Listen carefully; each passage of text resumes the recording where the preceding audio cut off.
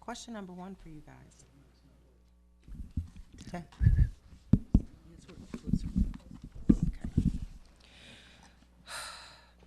With regards to unemployment, in our nation, it's very high.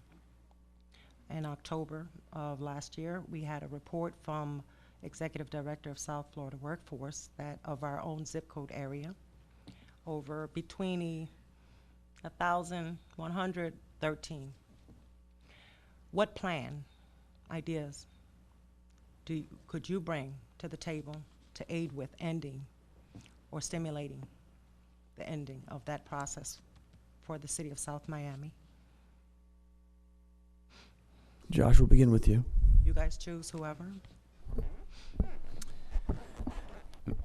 In reference to startup programs within the CRA, that's something that interests me, and that's where I can use my business undergraduate degree, my experience in starting businesses, and my MBA to help start businesses within the CRA area. As a matter of fact, when I was at the University of Florida pursuing my MBA, I had a full scholarship from the Center of Entrepreneurship and Innovation. I brought the first business plan conference to the University of Florida, started the first incubator, and brought the first venture capital conference. One idea I have, which is actually for children, is with the farmers markets. We have a lot of empty lots. I'd like to fence in those lots, give children assigned grow boxes, teach them how to grow vegetables and how to market those vegetables, and give them free space in the farmers market. Farmers market can use a lot of help, and it's a way to teach kids that are at a young age how to be green, how to grow organic vegetables, and teach them business skills and how to market those, and also improve our farmers market at the same time. Thank you. Can I ask a follow-up to that? That didn't answer. Certainly. I'm sorry, thank you for sharing that, but that didn't answer the question. With regards to adults and the unemployment rate affecting the city of South Miami, what ideas for the adults who have families to support in the city of South Miami?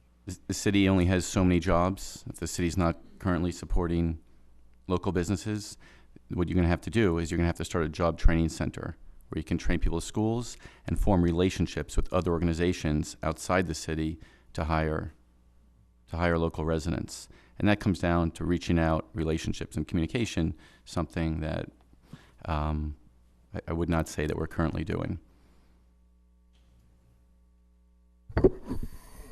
One thing that occurs to me is that we could ask the grant writer what grants are available and encourage her to go after grants for job training, for some of the kinds of outreach things that Josh has just mentioned, but so that we can get some stimulus money to help us do the training or to get the training started here. I think there have been some grants like that. I think we need a bunch more. Okay, thank you. We'll continue with group 3. Same question. Same question. And we'll begin with Bob this time. Denise, the cold hard truth is that there may not be that much that a small municipal government can do if our state government and our federal government is not already doing it. Do we have excess space in buildings for teachers to teach computer skills? I don't know, but it seems that problem could be best answered at the federal, the state level. Should the commission pressure and lobby, for the federal or state government to help out? Of course we should. Thank you. Hey, one more thing, if I got it. How much more time I got?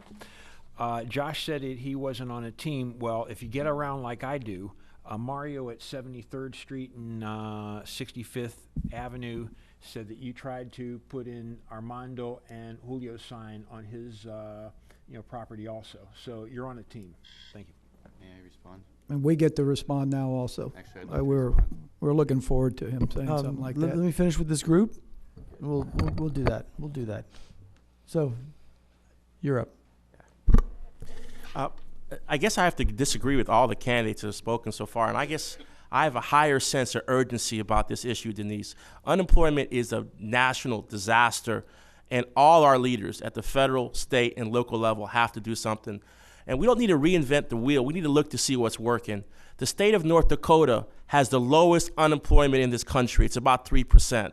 They have the highest growth rate in this country. What are they doing? They have a bank. It's called the State Bank of North Dakota. It reduced their cost by 50%. They use that money in the Bank of North Dakota to help leverage their capital and grow the economy. Now, we may not be able to copy that exact model here, but if we can take some version of it, we can make things happen. And people need to, when you're in a hole, stop digging and see what works. And I think North Dakota has shown us the way, and I'd like to see some municipal version of that occur here in South Miami. May I? Denise, I think that was an excellent question, and it gives me the dais here to explain to you what I believe. You asked a direct question. What can we do as a city to improve employment in your area? Is that correct? Bottom line. Very simply, encourage private investing and development on the west side of the highway. We have neglected that area consistently for years. How can you have businesses? How can you have offices? How can you have workplaces in that area that employ our residents if you don't encourage the private investment in that area? We've restricted it, we've scared it away, and we consistently do that. Why? We're not restricted to one downtown area. We can have 2 downtown areas. We can have 2 commercial areas. We don't have to infringe on the residential areas. If you develop the west side of the highway, you create more jobs, more opportunity. Training is beautiful, but without jobs and places to work at, it serves no purpose. Okay, May I respond? Josh, you want to follow up on that? At this point, am I allowed? Go ahead. Okay. I want to follow up with that because you made an interesting statement, encouraging. And correct me if I'm wrong on this. Currently, when a developer comes to the city, does a project, there are ordinances in place that say that our people are to get first dibs? Somebody shake or no? In certain situations, Okay, there is. with that. It's known that an employee or a candidate from our community would be to follow, pacify the situation or the ordinance or the requirement, would be allowed to work a day a week, let go, and then others would come in. Well, when And the crew that they want I would think be allowed in. So with that, what are ideas well, that individuals such as yourself all could bring to the table? Well, in this case, you could put, again, if we're going to restrict or we're going to give conditions for developers, that's one of the conditions, full-time employment for a certain period of time for residents. But that's not what I meant. I didn't mean the construction work. I didn't mean the garbage collector. I didn't mean that. I meant that once development strives in that area forward, you're going to have more office space. You're going to have more restaurants. You're going to have more commercial areas on the west side of the highway that will employ the young people and the adult people and the older people of that area because they're already there. The businesses are going to be there. Obviously, I understand what you're saying, and those are restrictions and conditions we can impose as a commission. Time. I'm going to give each of you 30 seconds to respond to Denise's follow-up there. Yeah. Do the follow-up, please. Go. A city development bank may be hard for a city to get going, especially when our city is presently under a Security and Exchange Commission investigation, into our finances. And isn't the CRA supposed to be steering the money that it uses toward job training, toward bettering the lives of residents within the CRA? You're asking a city commissioner, but yeah, we'll be sitting on the CRA board. That's what I will be looking at. Thank you. Denise, I would add, I think there's also human capital. There's different types of capital. There's financial capital, but there's human capital. And I think South Miami, we have a great story to tell.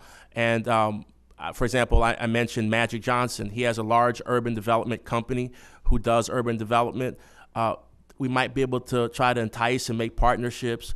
Maybe it might work, maybe it might not work. But my point is there are people out there that are specializing in this area that we could seek out and see if we can work together with. So that would be my follow-up question. Thank you very much.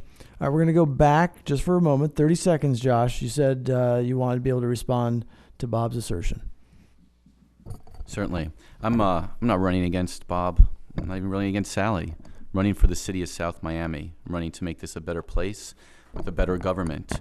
But in response to Bob, we're looking at someone who's actually running against everyone. We're looking at a bully and a liar and a hypocrite. As far as Mario's Dry Cleaners, anyone can approach me, can share my phone number with you.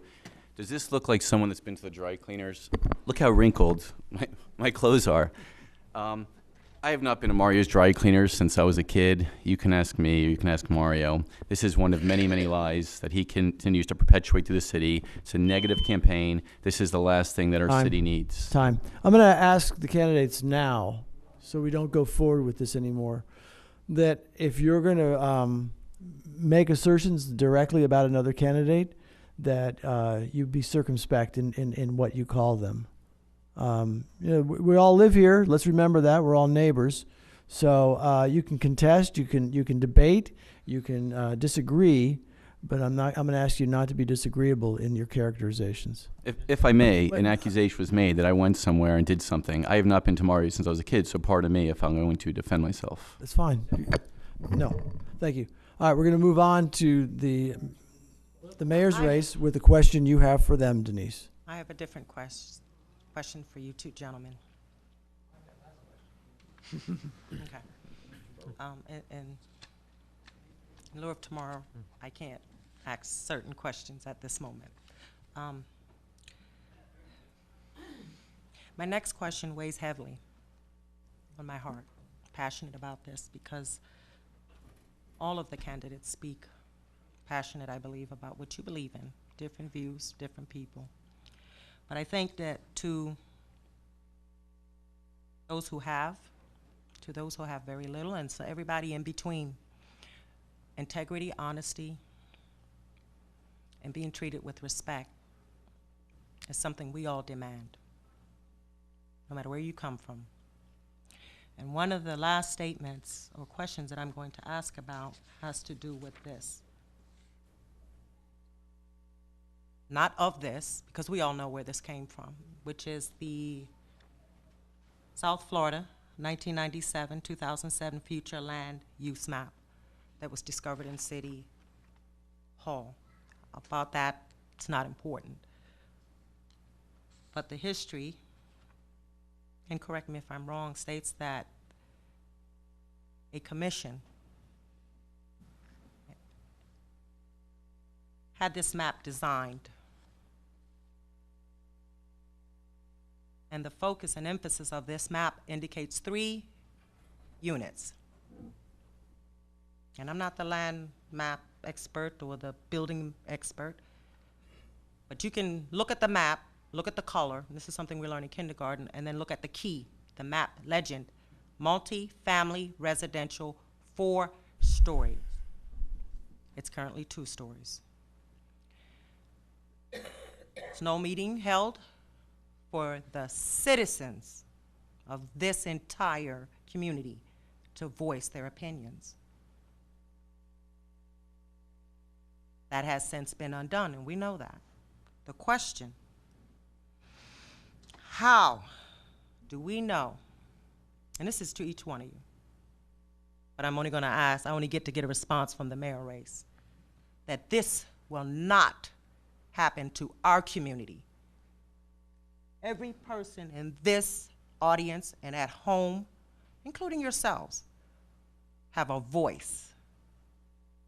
And our voices need to be respected as such. How do you ensure that this never happens again under whoever administration is dictated as a result of this vote on the 14th? Phil, you're up first. We keep public remarks at the beginning of the meeting, the beginning of a city commission meeting, rather than putting them at the end of the meeting. We make sure the citizens always have the time, even in their busy work lives, to come down to City Hall and speak their minds on camera before the city commission. We don't put off public remarks until the end when people have fallen asleep and gone home. We make sure people are able to come in here and do it. We make sure that the people get heard, that we follow the rules, that anything like this where there's any land use strictly follows the rules requiring public hearings. And so long as the people know and so long as the people get heard, justice will be done. Thank you. Denise, when we were in the commission back then, not only did we have meetings and public hearings, sometimes even second and third readings, we also held the meetings directly in the community. Because, you know, a lot of people don't come down to City Hall. We had them down in the area. We had them down at the youth center. We were there. We had meetings with the CAA. Those that didn't come chose not to come, but the city definitely did their part in bringing the meetings directly to the community where people could walk to these meetings. That's what I would continue to do. And there was plenty of time to communicate, so I could tell you we'll continue to do that. And as far as taking advantage of the time, your issue, I've worked with South Florida workforce. And you know what they've told me? I've worked for them for years helping people find jobs. But there's one thing missing. I think Armando Oliveras hit the nail on the head. If you're not business friendly and you're killing projects like Madison Square and things of that nature, you will never bring jobs. I don't care what you do. The reality is we even trained the Wounded Healers to work in the development spots. But if we can't encourage development and business in there, what good does it do? Thank you very much, candidates. That Can I concludes the follow up first with round. that? You have a follow-up for that? Mr. Go right ahead. Rubino, Mr. Rubino. We're open. Interestingly, you made a statement with regards to development. Red Road Commons. Hold on. The Valencia. The people of the CRA were told that this was affordable housing. Bear with me on my pronunciation. Slight speech impairment. Square Deal Apartments. Flipped entirely. The families were, they're not even there. They're owned privately now. These are the issues that are of concern. And a big concern. First of all, Red Road Commons, I'm accused of being the one who at times claim I'm for development. That did not happen under my watch. That happened under a different watch, and that was a very large-scale development project, not under me. The Valencia, absolutely. And again, it's private sector. We did everything within our means to try to get livable housing, bringing families to be able to afford to live in the Valencia. The Square Deal apartment is the one that's troublesome because it was a private sale to a private person. We even stuck our nose in there and encouraged them to please consider the residents there. But as you know, city government can't tell people what to do with their private property rights. We tried, we gave it our best, we couldn't do it. Thank you The very much. CRA funds of the CRA community supported and financed, aided. That was the problem. Follow up. CRA money, if it's used in a private sector venture, you better believe it that we're going to get our language in there to benefit our people in our community for living and for working. It's always been a priority and it will continue to be a priority. That is not what is happening at this moment within the CRAs. Please open your eyes and see what is going on. Thank you. Anyone else care to Do I get a respond? follow-up? 30 seconds, yes. Well, Valencia applied for 6 floors with no setbacks. That required a variance. And once you've got a variance, you've got horse trading. And that's when the City Commission had the opportunity to enforce the affordable housing requirement and did not do so. Follow up. Mark, we have to, it's a point being directed at somebody, and you said we would have an opportunity. Well, you inferred that. We're gonna move on from here. We're gonna we've gone back and forth a few times, so we're gonna move on now to a second round of questions. I'm gonna ask: is everyone comfortable? Ready to move forward? Josh, Let's have a round of water. you'd like some water? Candidates would like some water, and so would the panel members. Can we do that? Thank you. Thank you very much. Pro action.